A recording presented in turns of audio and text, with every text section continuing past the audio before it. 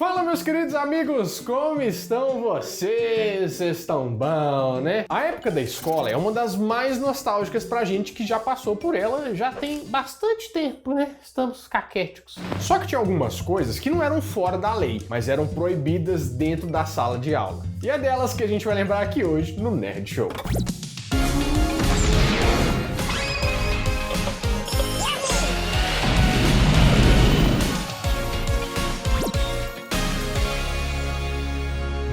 Eu já vou começar falando da nossa primeira grande conquista dentro da escola, que era escrever com caneta. Você lembra disso? Que eu não sei como é que tá hoje em dia, porque hoje em dia... professora, quero escrever no meu iPad.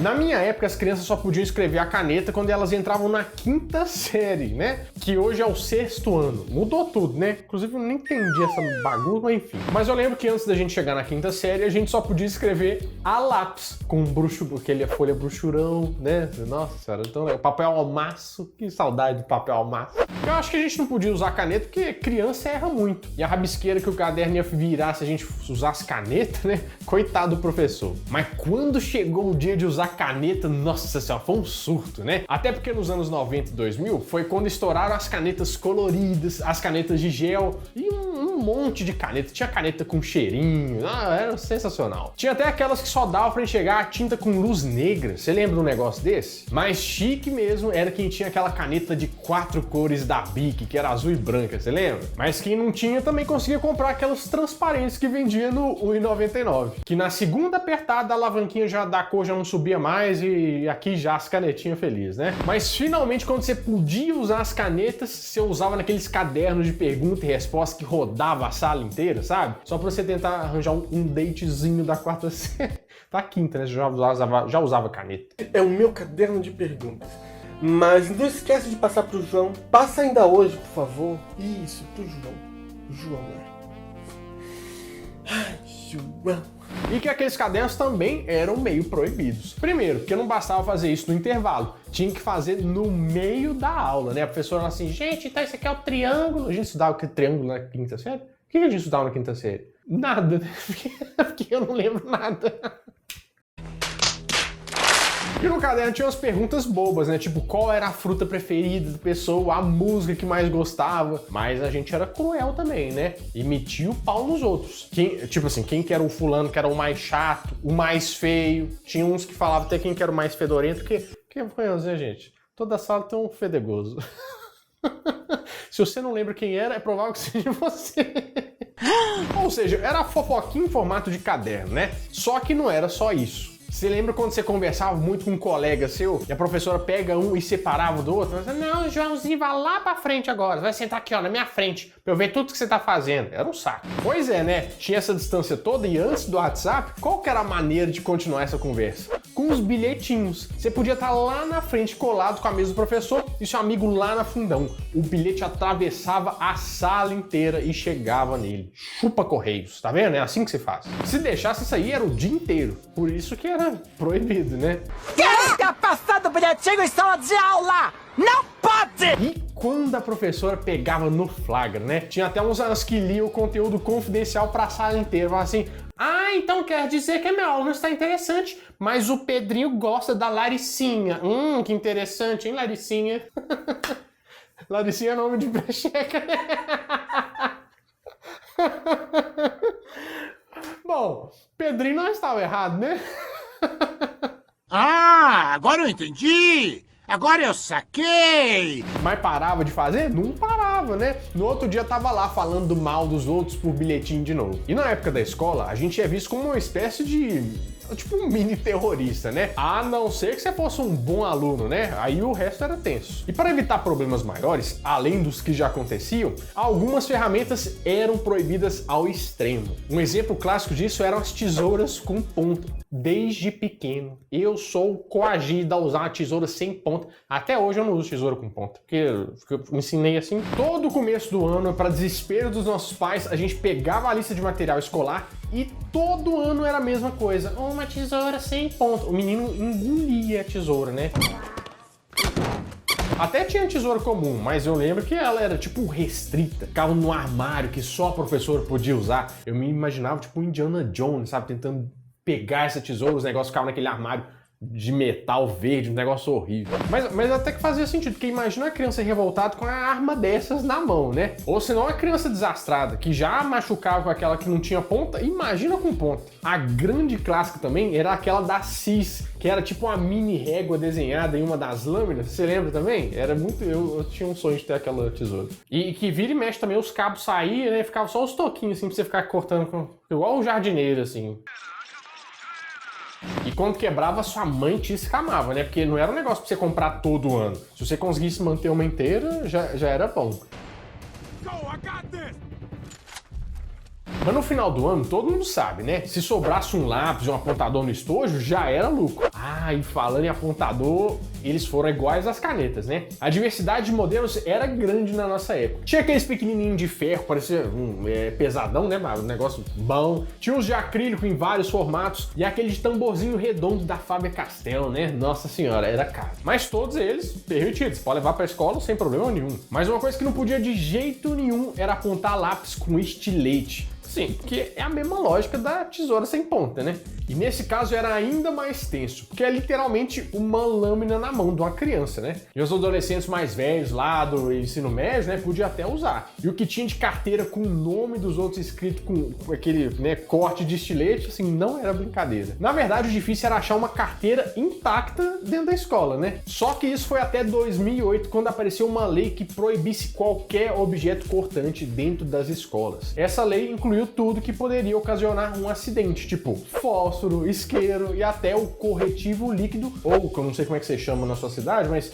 Errorex ou branquinho. Já ouviu o pessoal falando isso aí também. Só que em 2008 a gente já tinha saído da escola. 2008 já tem a lá, aí já não importa mais, né? Aí azar também. Então, o que acontece na escola, fica na escola, é que nem o clube da luta. Isso aí sempre foi uma questão, né? Porque você podia usar o corretivo, mas tinha professor que não aceitava. Aí nas provas eram proibidas. Nas redações era pra passar um risco na palavra errada. E eu lembro que tinha professor que tinha até, assim, odiava o tal do corretivo. E também as meninas pegavam o corretivo e passavam nas unhas pra ficar brincando de pintar a unha. Você já fez isso, Prado? Não gastava meu tempo com escola pra isso. Nossa, que intelectual!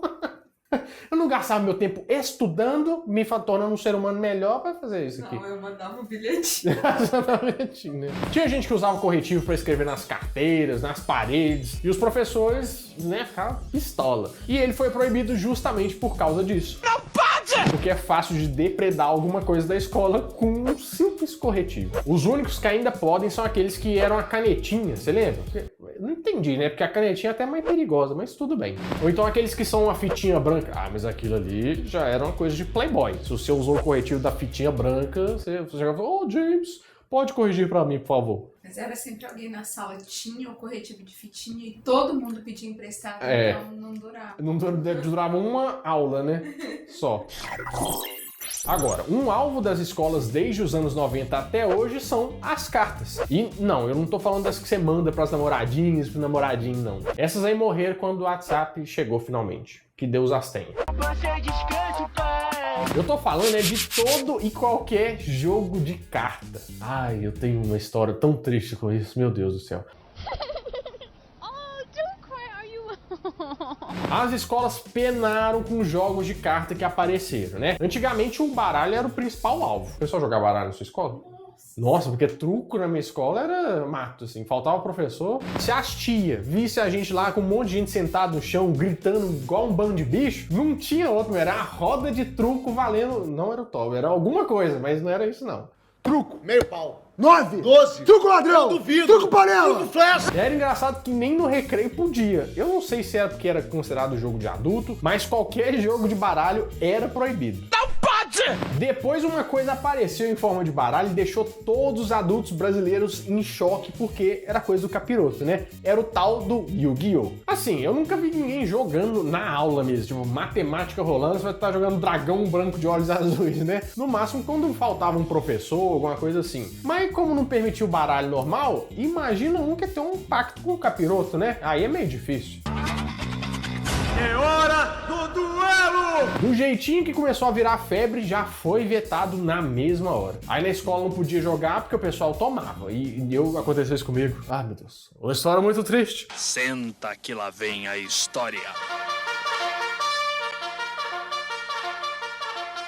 Eu tava jogando lá no intervalo das aulas, porque faltou um professor. A culpa não é minha se faltou um professor. Aí a gente tava jogando Magic. Aí chegou a vice-diretora lá e roubou os meus baralhos. Depois, no final das contas, o que aconteceu? Ela teria que devolver no final da aula, mas um menininho levou meu baralho falando que era dele. E eu fiquei sem minhas cartas. E ela ficou assim, ah não, mas você arranja outro. Mas você já viu os preços dessas cartas, mulher?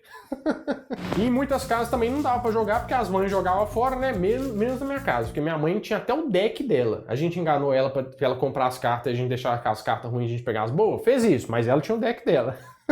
O miserável é um gênio! E mais recentemente até o Uno passou pelo mesmo preconceito, vocês acreditam nisso? Ele começou a fazer sucesso entre a molecada e já foi proibido logo em seguida e também não pode mais na escola. E é um negócio tão inocente que não faz mal pra ninguém, né? Qual que é a diferença entre jogar um Uninho e brincar de stop ou a dedanha? Fora que o Uno acaba com casamentos, quando você joga um +4 em cima do +2. São as minhas regras, tá, gente? Cada um tem as suas regras de Uno aí.